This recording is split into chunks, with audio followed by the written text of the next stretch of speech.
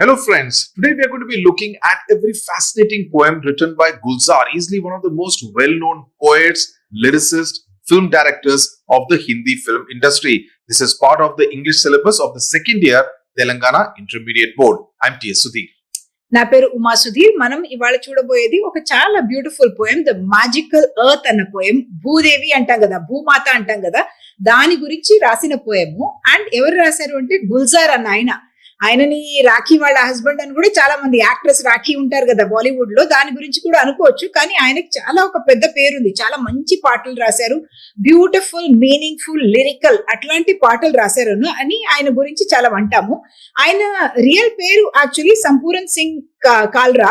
దీనిలో మీ text book లో తప్పుగా ప్రింట్ అయినది అనమాట. KARLA అని ఉంది, యాక్చువల్లీ KALRA అని వస్తుంది. సంపూరన్ Singh Kalra. So please correct it in your textbook that it is actually Kalra. So ఆయన 1934 అంటే బ్రిటిష్ ఇండియాలో పుట్టారు.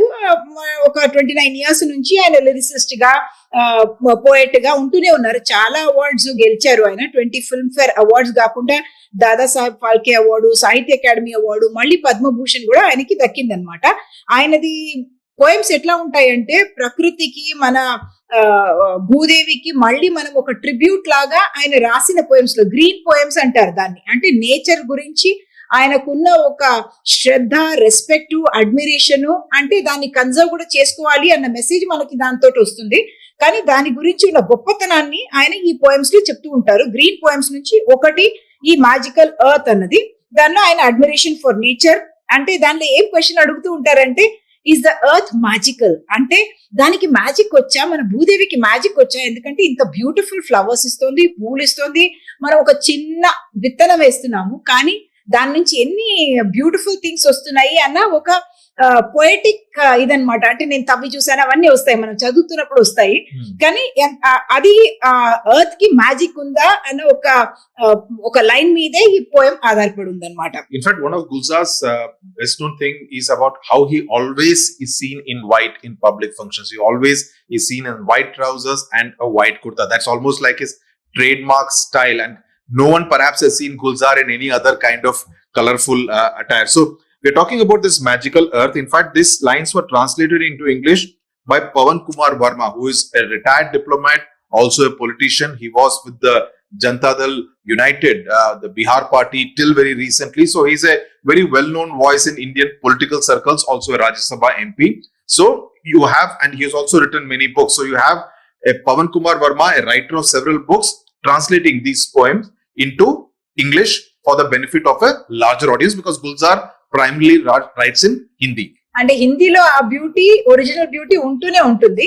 దాన్ని క్యాప్టివేట్ చేస్తూ, దాన్ని ఫుల్ గా ఒక విధంగా క్యాప్చర్ చేస్తూ ఈయన పవన్ కుమార్ వర్మ గారు దాన్ని ఇంగ్లీష్ లో ట్రాన్స్లేట్ చేశారనమాట. Okay, so let's start with the poem and we'll keep giving you line by line translation, meaning in Telugu, so that you can understand it better, and we'll also explain it in English so that you are able to write the answers in the examination. There is something indeed in the earth of my garden. I can almost imagine Gulzar saying these lines in Hindi. Is this earth magical? The earth knows how to do magic. అంటే first there is something indeed in the earth of my garden అంటున్నారు. దానికి actually ఆయన garden గురించి మాత్రం కాదు, ఈ entire లోకంలో ఉన్న చెట్లు, పూలు, పంటలు అవన్నీ కలిపి ఆయన అంటున్నారనమాట. దానిలో ఏం మ్యాజిక్ ఉంది, ఎర్త్ లో అసలు ఎలాంటి మ్యాజిక్ చేస్తుంది ఈ ఎర్త్ అని. And the earth knows how to do magic. He also is almost bestowing on the earth the status of a magician, that it is able to create magic. If I sow a guava seed, it gives me gavas. If I put a jamun kernel, it gives me jamuns. A bitter gourd for a bitter gourd, a lemon for a lemon. నేను guava అంటే జామకాయ, నేను దానిలో వేస్తే జామకాయ పండు వస్తుంది. అట్లాగే జామున్ కర్నల్ అంటే ఏంటంటే ఆ సీడ్ హార్డ్ గా ఉంటుంది కదా, దాని లోపల ఉన్న ఎసెన్షియల్ సీడ్ పార్ట్స్ ఏది ఉంటాయో దాన్ని కర్నల్ అంటారు. జామున్ అనేది తెలుసు కదా, వైలెట్ గా ఉంటుంది ఆ పళ్ళు, దానికి జామున్లు వస్తాయి. అట్లాగే మనము కాకరకాయ వేస్తే కాకరకాయ వస్తుంది, లెమన్ వేస్తే లెమన్ వస్తుంది అంటున్నారు. ఎట్లాంటిది మీరు వేస్తారో అట్లాంటి పంట బయటకు వస్తుంది అని అర్థం అనమాట. If I ask for a flower, it gives me pink flowers. Whatever color I give to it, it returns that to me. Has it hidden all these colors in this soil below? So it's almost like with a childlike fascination, he's asking these questions. Whether all these colors are hidden below the earth, that it is able to give me whatever I give, it is actually able to give me the same in return. Actually ఆ line తో పాటు ఇంకో line కూడా చదవాలి. Has it hidden all these colours in the soil below, I dug a lot but found nothing. అంటే ఈయన ఏమంటున్నారంటే, నేను కలర్ ఏం వేసాను, యాక్చువల్లీ విత్తనం కలర్ ఉండేది అనుకోండి, కానీ ఫ్లవర్ నుంచి విత్తనం వస్తుంది కాబట్టి నేను అది వేస్తే అదే రంగు మనకు బయటికి వస్తుంది. నేను పూలు అని అడిగితే మంచి పింక్ కలర్ పూలు వస్తున్నాయి అని ఆయన అంటున్నారు. అది నాకు వాపస్ ఇచ్చేస్తుంది, అన్ని కలర్లు, పూల నుంచి ఉన్న కలర్లు నాకు మళ్ళీ వాపస్ ఇస్తుంది. అందుకని తవ్వి చూద్దామా అంటే, ఇది రియల్ గా ఆయన తవ్వి చూసారని అర్థం కాదు. దానికి only talking about the magic of it అన్నమాట. ఎట్లా ఈ భూమి నుంచి ఇట్లా రంగులు ఎట్లా బయటకు వస్తున్నాయి అన్నట్టు ఒక చాలా ఒక వండర్మెంట్ తోటి ఆయన చెప్తున్నారు అనమాట. The earth knows how to do magic. The earth knows how to do magic. అంటే ఇదే రికరింగ్ థీమ్ అన్నమాట. The earth knows how to do magic అన్నది. That is the main theme of the poem which keeps recurring. It shows so many tricks. When it balances these long coconut trees on its fingers, it does not even let them fall. The wind does its best, but the earth does not let them fumble. So ఈయన ఏమంటున్నాడు, కొబ్బరి చెట్టు గురించి, ఇంత పెద్దగా ఉంటది కదా, tall గా ఉంటుంది, but even when the wind దాన్ని ఇట్లా ఇట్లా ఇట్లా ఇట్లా ఊపుతూ ఉన్నా కూడా అర్త్ ఎట్లా ఉందంటే దాన్ని ఈ ఫింగర్స్ లో బ్యాలెన్స్ చేస్తోంది అన్న ఒక విషయం అంటున్నారు అనమాట. అట్లా ఒక ఇమేజరీ మనకు మైండ్ లో ఒక సీన్ అట్లా క్రియేట్ చేస్తున్నారు. ఇంత పెద్ద చెట్లు ఇట్లా ఇట్లా ఊగుతున్నాయి గాలికి, కానీ దాన్ని పడనివ్వకుండా ఇది ఇట్లా ఇట్లా ఇట్లా balance చేసేస్తోంది. So it's almost creating the image of an earth like a hand, and it's able to kind of balance everything on its fingers is the kind of imagery that he's creating. A sherbet or milk or water, anything may fall. It absorbs them all. How much water does it drink? It gulps down whatever you give, be it from a jug or a bucket. So basically saying about whatever you pour on it, whether it is simple water or whether it is sherbet or milk, anything, it immediately absorbs inside. So it's almost with the wonderment of a child that Gulzar is writing, how much water does this earth drink? Because obviously human beings cannot drink so much of water. So he's making the earth seem like almost humanizing and personification of the earth, almost like as though it's a human being kind of a దాంతో పాటు ఇంకొక line కూడా ఉందన్నమాట, humanising అని చెప్పారు కదా మీరు, అట్లాగా amazingly it's stomach never fills అని. ఆయన ఏమంటారంటే, షర్బత్ అనేది ఒక షుగర్ డ్రింక్ అన్నమాట. నీళ్లు కావచ్చు, మనం పాలు కావచ్చు, ఏం పోసినా దానిలో వెళ్తూనే ఉంది అని అంటున్నారు. అంటే దానికి ఎంత పెద్ద పొట్టో అన్నట్టు ఒక స్వీట్ ఇమేజరీ అన్నమాట. దానికి అసలు ఫిల్ కాదు, మనం కొంచెం వేసినా, బకెట్ అంత వేసినా, చాలా ఎక్కువ వేసినా అన్ని అబ్జర్వ్ చేసేసుకుంటోంది అంటున్నారు అనమాట. I have heard that it can hide a river inside. The earth knows how to do magic. Are there sugar godowns under the earth or rocks of lime? How does this earth put sweetness into fruits? Where from does it get all this? Pomegranates, plums and mangoes, in all of them sweetness but of different kinds. మళ్ళీ ఏమంటున్నారంటే, దీని stomach లో ఏమేమి ఉన్నాయి అంటే ఒక నది కూడా దానిలో హైడ్ అవుతుంది అంటున్నారు. అంటే భూమి కింద యాక్చువల్లీ నీళ్లు ఉంటాయి కదా, మనము డిగ్ చేసేది కూడా, దానికి ఒక వండర్మెంట్ తోటి అంటున్నారు అనమాట. దాని కింద ఒక నది కూడా తను దాచేసుకుంటుందట. అంటే ఎర్త్ కి అసలు మ్యాజిక్ బాగానే వచ్చు అని చెప్తున్నారు. కింద ఏంటి షుగర్ గోడౌన్లు ఉన్నాయా అంటే, ఎందుకు అంటే ఫ్రూట్స్ వస్తున్నాయి కదా, చెట్టు ఇట్లా గ్రో అవుతుంది, ఆకులు అవి ఉంటాయి, దానిలో స్వీట్ రాకపోయినా దానికి ఫ్రూట్ వస్తుంది కదా. ఏమేమి ఫ్రూట్స్ అయినా మెన్షన్ చేస్తున్నారు, పోమగ్రనేట్, ప్లమ్స్, మ్యాంగోస్, అన్నిట్లో ఒక స్వీట్నెస్ వస్తుంది. ఎక్కడి నుంచి వస్తుంది అసలు? అది ఎర్త్ నుంచి వస్తుంది కదా. కానీ డిఫరెంట్ కైండ్, అవన్నీ ఒకేలాగా కూడా ఉండట్లేదు. ఎవరు ఎట్లా దీనిలో because the sweetness of a pomegranate is different from the sweetness of a plum. It is different from the sweetness of an apple, an orange and mango. All of them come from the same earth, but the sweetness, the proportion of sweetness in each one of them, the kind of sweetness in them is all very different. And Gulzar is basically raising these questions as to how does the earth manage all this. It's almost saying it's able to manage to balance the coconut trees on its fingers. It is able to absorb so much of water. It is able to give different kind of sweetness to different kinds of fruits. Sweetness మాత్రం కాదు, are racks of lime కూడా అంటున్నారు. అంటే పులుపు కూడా ఇస్తుంది ఒక్కొక్క చోట. దాని గురించి కూడా ఆయన వండర్ చేస్తున్నారు అన్నమాట.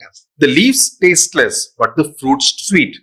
The mosambi sweet, the lemon sour. Undoubtedly, it knows magic. Otherwise, why is the bamboo tasteless and the sugarcane sweet? అంటే మళ్ళీ ఆయన ఏమంటున్నారు, లీవ్స్ లో అసలు టేస్ట్ ఉండదు. అఫ్ కోర్స్ కలర్స్ ఉంటాయి, గ్రీన్ కలర్, రెడ్ కూడా ఉండొచ్చు, ఎల్లో కూడా ఉండొచ్చు, కలర్స్ ఉంటాయి, కానీ ఫ్రూట్స్ స్వీట్ గా ఉంటున్నాయి. మోసంబి స్వీట్ గా ఉంది, అంటే రెండు సిట్రస్ ఫ్రూట్స్. మోసంబి అనేది సిట్రసే, లెమన్ కూడా సిట్రసే, కానీ ఇదేమో పులుపుగా ఉంటుంది, లెమన్ ఏమో పులుపుగా ఉంటుంది, మోసంబి ఏమో స్వీట్ గా ఉంటుంది. అన్డౌటెడ్లీ అంటే లాస్ట్ కన్క్లూడ్ చేసేసారు, 3-4 సార్లు ఆ ప్రశ్న అడిగేసి లాస్ట్ కి అన్డౌటెడ్లీ ఇట్ నోస్ మ్యాజిక్ అని చెప్పేసి. Otherwise why will the bamboo be tasteless? రెండు ఒకేలాగా ఉంటాయి కదా, whether it is sugar cane or bamboo. బ్యాంబూకి స్వీట్నెస్ ఉండదు, కానీ షుగర్ కేన్ ఇంత తీయగా ఉంటుంది కదా అన్న దాంతో ఈయన ఈ పోయం ని కన్క్లూడ్ చేస్తున్నారు అనమాట. ఇది ఒక పోయటిక్ లిరికల్ పోయం అని అనుకోవాలి. దానిలో అడ్మిరేషన్ ఉంది ఎర్త్ కి, నేచర్ కి, దానిలో అద్భుతాలు ఏమున్నాయి అన్నది గురించి దీంట్లో చాలా మాట్లాడుతుంది. మీరు దీనిలో మళ్ళీ మనము ఒక్కొక్క లైన్ ఇచ్చి మనకి అనోటేట్ అని చెప్పొచ్చు. అంటే ఏంటి అంటే, ఇప్పుడు there is something indeed in the earth of my garden, is this earth magical అనేది ఫస్ట్ లో వచ్చింది కదా. దెన్ ఇలాంటి లైన్ వచ్చి అనోటేట్ అంటే మనం ఏం చేయాలంటే, ఇది ఈ poem magical earth written by Gulzar నుంచి వచ్చింది. It was a poem written in Hindi that was translated by Pawan Kumar Verma. It traces the generous nature of the earth, and the poet writes with a lot of wonderment, saying that there is something in my garden, in the earth of my garden. Does it know magic? How is it giving such beautiful rise to such beautiful plants and trees and fruits and flowers of different colors? So basically, Gulzar is convinced that the earth knows magic, and he has given several examples to prove that point. Through the poem, he's giving several examples to prove the point, through the sweetness of the fruits, to the sourness of the fruits, through the earth's ability to absorb so much water, that it is able to actually create magic. So what you will most likely get in the examination is, you will be given a particular line and you will have to put it in context and also talk about the different examples that Gulzar gives and the theme of this poem of Gulzar. Why is he calling the earth magical? Why is it saying that the earth knows magic? Why is the title of the poem The Magical Earth? So you'll need to give the other examples also. So you need to know the poem very, very clearly, thoroughly, comprehensively, in order to be able to quote from the poem to say, okay, this is the larger point that the poet is making in this poem. అంటే దీనిలో science గురించి మీరు అనుకోకండి, అంటే seed నుంచి వస్తుంది కాబట్టి genetic అది ఉంటుంది, అవన్నీ మీరు మర్చిపోండి. ఇది ఒక పోయటిక్ విధంగా నేచర్ లో ఉన్న జరిగే విషయాల గురించి ఒక వండర్మెంట్, ఒక అమేజ్మెంట్, ఒక అడ్మిరేషన్, ఇట్లాంటి వర్డ్స్ మీరు వాడొచ్చు అనమాట. Poet is having a lot of wonderment and admiration about what the mother earth is able to do, and that's why he's giving us different examples of how it is doing its magic అని చెప్పేసి మీరు మనం చదివిన కొన్ని examples చేస్తే అది సరిపోతుంది. In intermediate first year, you had this poem called Climate Change, which spoke about, the dangers to the earth as a result of pollution and global warming and other things. This one is a slightly different. It's a celebration of earth, to talk about what a beautiful earth we have, which is able to actually create so much of magic. So the two poems are actually, in a sense, give you a total different viewpoints of the same earth, which are part of your intermediate course. For instance, in this it says, I dug a lot but found nothing. ఆ line మాత్రం ఇచ్చి మీకు చెప్తే ఏమంటారు అంటే, this is coming in the context of the poet wondering how the colors of the flowers are pink and how it is giving rise to fruits. All that he is explaining, and then saying that నేను తవ్వి చూశాను, ఈ earth లోపల తవ్వి చూశాను, అసలు రంగులు కనపడలేదు. మజిషియన్ ఏం చేస్తారు, ఎక్కడో హైడ్ చేసి పెట్టుకుంటారు కదా ఒక మ్యాజిక్ మనకి చూపించాలంటే. ఇప్పుడు నీళ్లు కూడా ఎందుకన్నారంటే, ఎంత నీళ్లు పోసినా ఫుల్ అవ్వడానికి బకెట్ అంటే ఫుల్ అయిపోతుంది కదా, కానీ దీనిలో ఎంత మ్యాజిక్ ఉందో అసలు మీరు పోస్తూ ఉన్నా మీకు అసలు తెలీదు అన్న విషయం చెప్తున్నారు. అంటే in this also you will say, I dug a lot but found nothing. అంటే the poet is conveying that even if you dig a lot into the earth, you're not going to find the colors and the fruits or the sweetness or the sadness that you are finding in the fruits and in the leaves, the colors that you're finding in the flowers, all that you won't find. So he's proving once again to us that the earth is indeed magical. Right. So that is as far as this poem, The Magical Earth. It's on the face of it seems a very simple poem. It is a simple poem, but there are a lot of hidden meanings. But you need to understand the kind of happiness that Gulzar is actually conveying through every sentence in this particular poem. If you are able to understand and appreciate that happiness, you will be able to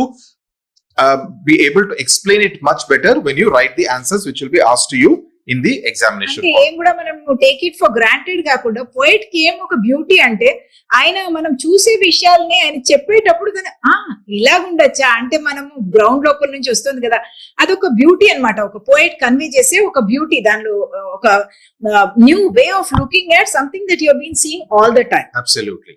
So I hope this poem is very, very clear. Please go through the poem again. Underline the key words which are there, especially the talking when he talks about the colors, the water, the sweetness and the sourness. Those are some of the key words. Also quote from the poem when you're writing the answers. That will make your answer look that much better and చాలా will impress సరళమైన పోయమే, అందుకని మీరు attempt చేయొచ్చు. మీరు మన వీడియోని 2-3 సార్లు చూస్తే మీ మైండ్ లో ఆ కథలన్నీ గుర్తుకొచ్చేస్తాయి. సింపుల్ గా రాయొచ్చు, సింపుల్ వర్డ్స్ తోటే, దీనిలో ఏం కాంప్లికేటెడ్ వర్డ్స్ కూడా లేవు కాబట్టి I think it's a very beautiful poem for you to attempt in the exam. So I hope you enjoyed watching this particular video.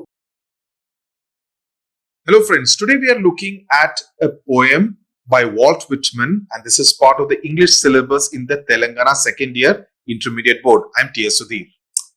Hi, నా పేరు ఉమా సుధీర్. మనం ఇవాళ వాల్ట్ విట్మన్ అన్న ఒక అమెరికన్ పోయట్ ద్వారా రాయబడిన ఒక poem I celebrate myself, అంటే తన గురించి మాట్లాడుకుంటున్నారు అన్నట్టు మీరు అనుకోవచ్చు టైటిల్ ని చూసి, కానీ పోయం చదివేటప్పటికి మీకు అర్థమవుతుంది ఆయన కొన్ని యూనివర్సల్ వాల్యూస్ గురించి. ఆయన పోయట్ అట్లా అంటాము. ఇది తెలంగాణ ఇంటర్మీడియట్ బోర్డ్ లో సెకండ్ ఇయర్ ఇంగ్లీష్ పోర్షన్స్ లో వస్తుంది. So this was written at the time of the Civil War. So there is a historical context of the kind of situation, the political situation, the socio-political situation that existed in the United States of America at that point in time. So you need to see it in that context also. But the poem says, I celebrate myself. And this is part of Whitman's longer poem, which is called the Song of Myself. This is a portion from that poem, but very, very relevant to the America of those times. And even today, it has its own kind of significance. అంటే దీన్ని ఏం రాయబడిందంటే ఆయన చాలా కొంచెం వాళ్ళ father విఫలం వలన ఆయన కొంచెం కష్టాలు అనుభవించారు. దాని తర్వాత చాలా పనులు చేశారు కాబట్టి అందరి గురించి, ప్రాబ్లమ్స్ గురించి ఆయనకు చాలా అర్థమైంది అన్నది. అండ్ తర్వాత ఆయన పోయట్ ఆఫ్ యూనివర్సల్ వాల్యూస్, అంటే సమగ్ర సార్వత్రిక విలువల గురించి ఆయన చాలా మాట్లాడారు అన్నది. అండ్ ఒక ఆయన చెప్పేది ఏంటంటే హిస్ లీవ్స్ ఆఫ్ గ్రాస్ అనేది ఒక పాత్ బ్రేకింగ్ ఎపిక్ పోయం అంటున్నారు. అండ్ ఆయన ఒక 12 పోయమ్స్ ఒక సెట్ రాశారు, కానీ అది ఒక 4 decades అంటే 40 years కి ఆయన అన్ని దశాబ్దాలకు దాని గురించి మాట్లాడుతూనే ఉన్నారు కాబట్టి దాన్ని ఎలాంగేట్, ఎక్స్పాండ్ చేస్తూ ఉన్నారు. సాంగ్స్ ఆఫ్ మై సెల్ఫ్ అనేది 52 sections లో ఉంది. దాని నుంచి ఒక పోయం, ఫస్ట్ పోయం మనం తీసుకొని చూస్తున్నాం అనమాట. దానిలో పోయిట్ తన తానే ప్రైజ్ చేసుకుంటున్నారు అనుకుంటున్నాము, కానీ యాక్చువల్లీ ఆయన ఐ సెలబ్రేట్ మై సెల్ఫ్ అన్నది ఆయన గురించి కావచ్చు, ఆయన సరౌండింగ్ ఉన్న పీపుల్ గురించి కావచ్చు, మీ గురించి కావచ్చు, అట్లాగే నేచర్ గురించి కావచ్చు, అన్ని ఒకటే, ఒక యూనివర్సల్ గా అన్నిటికీ ఒకటే వాల్యూస్ ఉంటాయి అన్న విషయము ఆయన ఈ పోయం లో చెప్తున్నారు అనమాట. The interesting thing is that this poem, when it was written, did not have any title at all. In 1856, it was just called a poem of Walt Whitman, right? An American. And in 1860, it was simply termed as Walt Whitman. So you see, even the title has changed, and that also kind of signifies what Walt Whitman actually wanted to say in the poem. Walt Whitman changed the title to Song of Myself in 1881. Okay. More than, several years, 21 years after he had actually written the poem. So the changes in the title are significant as it also indicates the growth of the meaning of the poem. Now, what are the main important themes that we will discuss before we get into the poem? One is the idea of the self, that is, as evident from the title of the poem, the identification of the self with other people. Other selves. With other selves. And then the third theme is the poet, that is Walt Whitman's relationship with the elements of nature and the universe. So you need to know these 3 broad major themes in this particular poem. అంటే ఆయన తన గురించి, తన surround ఉన్న మనుషుల గురించి, మళ్ళీ land గురించి, ఆయన పేరెంట్స్ గురించి, అన్ని ఒకటే, నేచర్ గురించి, అన్ని ఒకదాని నుంచి వస్తున్నాయి అన్న విషయము ఆయన చెప్తున్నారు. డిఫరెన్సెస్ ఉండొచ్చు కాబట్టి, కానీ ఫండమెంటల్ గా అన్ని ఒకటే అన్న విషయము ఆయన చెప్తున్నారు అనమాట. So the poem should we go to directly. So basically the poem is about how Whitman celebrates himself and wants the entire world to celebrate with him. The poem is also about exploring your own identity. Please keep a notebook with you. Also keep the poem in front of you. Have a pen and pencil and keep noting down the kind of phrases that we are using, because you could use this in your answers and that will make your answers look that much better. So basically it's about celebration of himself and how he wants the entire world to celebrate with him. It's also an exploration and trying to find your own identity, becoming friends with yourself and sharing with others, since the atoms belong to everyone. There will be a reference to the atom which we will come to while we are talking about the poem. So let's start with the poem. అంటే అందరూ అణువు అన్నది ఒకటి ఉంటుంది కదా, దాంతో అన్ని composition కెమిస్ట్రీలో కూడా చదువుతాం కదా, ఆయన ఆ రెఫరెన్స్ ఇక్కడ ఇచ్చి అన్ని బేసిక్ గా ఒకటే కాబట్టి మనం అంతా ఒకటే, మన డిఫరెన్సెస్ ఉండొచ్చు కానీ మనం అంతా ఒకటే అన్నది మన ఐడెంటిటీ మనం గుర్తించాలి అన్నది అంటారు. ఐడెంటిటీ అంటే మనం సెపరేట్ అని కాదు, మనం ఈ part of this entire whole and all of us are very similar, it is all universal values అనేది చెప్తున్నారు. I celebrate myself and sing myself. So the word myself coming twice right in the first sentence. And what I assume, you shall assume. You see the kind of style that he has adopted, the same word being repeated in the same sentence.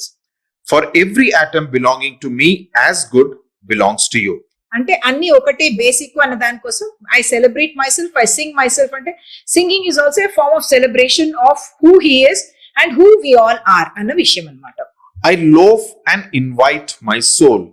I lean and loaf at my ease, observing a spear of summer grass. Loaf means basically, going around without any aim. అంటే అక్కడ ఇక్కడ తిరగడము without ఒక particular direction లో ఇక్కడ వెళ్ళాలి అని అనుకోకుండా.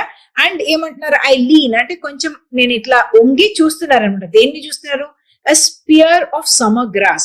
స్పియర్ అంటే బ్లేడ్ అంటాం కదా, బ్లేడ్ ఆఫ్ గ్రాస్ అంటాం, గడ్డి ఉంటుంది కదా, దాన్ని ఒక ఆకుని బ్లేడ్ ఆఫ్ గ్రాస్ అంటారు. కానీ దాన్ని ఈయన పోయిట్ కాబట్టి ఇంకొక డిస్క్రిప్షన్ ఇస్తున్నారు. స్పియర్ అనేది ఏంటి, అట్లాగే ఉంటుంది కదా, లాంగ్ గా షార్ప్ గా ఉంటుంది, అట్లా ఆ స్పియర్ సమ్మర్ గ్రాస్ అంటున్నారు. My tongue, every atom of my blood, formed from this soil, this air, born here of parents, born here from parents the same, and their parents the same. అంటే ఇక్కడ ఆయన body parts ని కూడా ఆయన describe చేసి ఏమంటున్నారంటే అదంతా ఒకటి. ఏంటి? టంగ్ అంటున్నారు, నాలుక. Every atom of my blood, రక్తము. అండ్ ఫార్మ్ ఫ్రమ్ దిస్ జాయిల్ అంటే ఈ మట్టి నుంచి వచ్చినదే, ఈ గాలి నుంచి వచ్చినదే. నా పేరెంట్స్ కావచ్చు, వాళ్ళ పేరెంట్స్ కావచ్చు, వాళ్ళ పేరెంట్స్ కూడా కావచ్చు, అందరం ఒకటే లీనేజ్ నుంచి. అంటే దాన్ని అన్నిట్లో, మన భూమిలో, ఆయన ప్రకృతిలో అన్నిట్లో ఆయన ఒక ఐడెంటిఫికేషన్ తనది చూస్తున్నారనమాట. I now 37 years old in perfect health begin, hoping to cease not till death. అంటే ఆయన 37 years కి మంచి హెల్తీగా ఉన్నారు. దాని గురించి మాట్లాడుకుంటూ ఆయన ఏమంటున్నారంటే హోపింగ్ టు సీజ్ అంటే చావు వచ్చేదాకా నేను ఇదేం ఆగదు అన్న ఒక విషయం.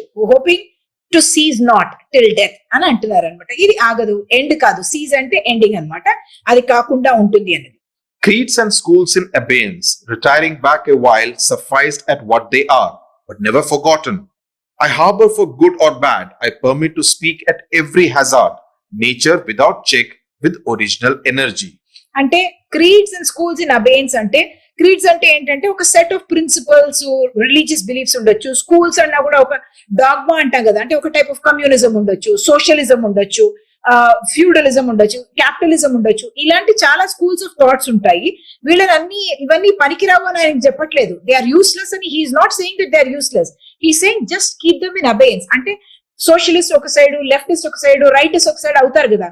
ఇట్లాంటి డిఫరెన్సెస్ ని మీరు ఒక్కసారి సైడ్ లో పెట్టుకొని మాట్లాడితే గనక then you will realize that everything is the same అన్న ఒక విషయం ఆయన అంటున్నారు అనమాట. అంటే retiring back while sufficed at what they are అంటే వాళ్ళలోపు వాళ్ళు ఈ డాగ్మాస్ అని ఉండిపోతే we will say I harbor for good or bad, I permit to speak at every hazard. అంటే రిస్క్ తీసుకొని కూడా నేను అట్లా మాట్లాడతాను, that nature without check with original energy. అట్లా మనం ఉంటే గనక ఆ ప్రైమల్ ఎనర్జీ అనేది ఉంటుంది కదా, నేచర్ లో ఒక ఎనర్జీ ఉంటుంది కదా, అదంతా ఒకటే, ఒక యూనివర్సల్ క్వాలిటీ ఉంది దానికి అన్న విషయం అంటున్నారు.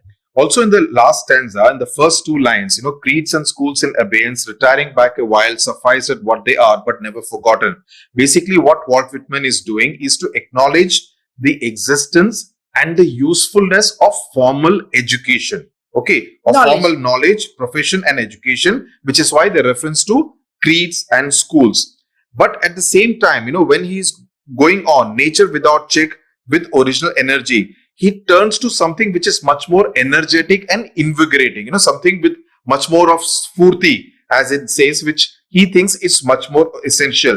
So the speaker remains basically open, with an open mind to the influence of nature without check with original energy. There is a natural energy which is associated with nature, primal energy, and without good or bad. So basically what Walt Whitman is trying to do is to embrace, to try and connect with the unpredictable, because energy, you don't know how it will behave. It's unpredictable, raw, and the powerful forces of nature, the natural world, the human instincts, and the power of one's connection with everyone else around.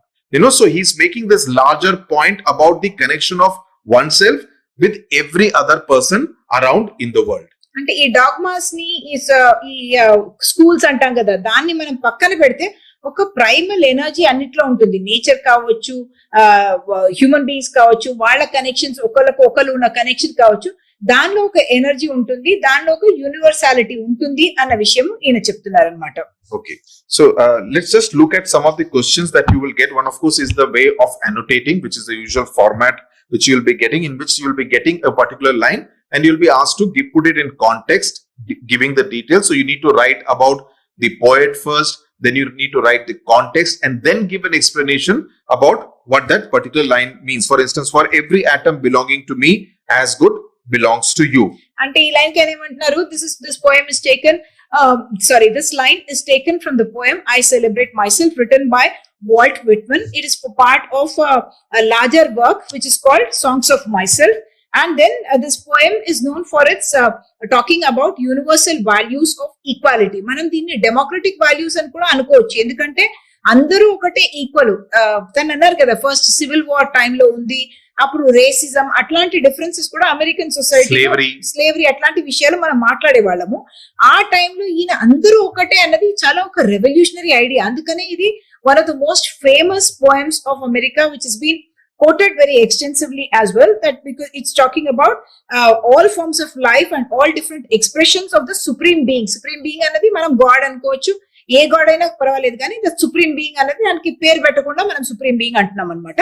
He celebrating himself, Walt Whitman is celebrating nature and all the different forms of life that exist on earth అన్నది మనం చెప్తున్నాం. Okay, so basically, if you look at the poem, it's celebrating the spirit of democracy, the greatness of the soil. I mean, in this case, you may be referring to America and, at a larger sense, the earth also, and the glory of the Lord, talking about the God. So he's talking about the glory of the Lord. So you need to understand the different themes that Walt Whitman has spoken about in this poem.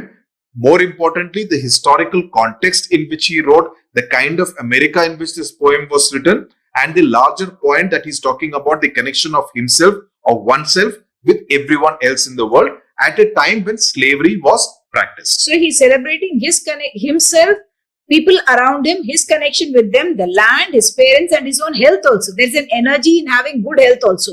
He's talking about that as well. And then, why did he talk about that sphere of Samagras? He's admiring nature as well when he's talking about. And he's saying that beyond all the different dogmas and different philosophies, creeds and schools is the words that he uses. Beyond that, there is a universal energy in human beings and in nature and on this earth. Right. So I hope we hope that this poem is clear.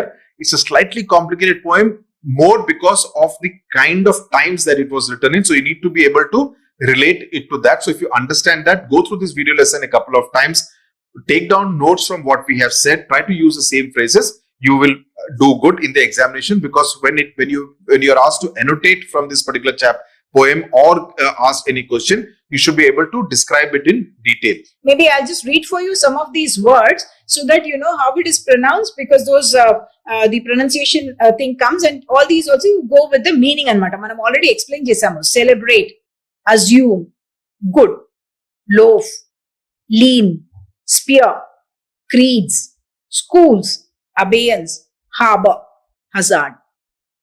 So you need to know the pronunciation, to know which is a silent consonant, at least in some of the words. And also when you're given the transcript and asked to change it, you should be able to do that as well. So thank you very much for watching. As I said, look at the video lesson a couple of times so that this poem is extremely clear to you in all its meanings. Thank you. Thank you.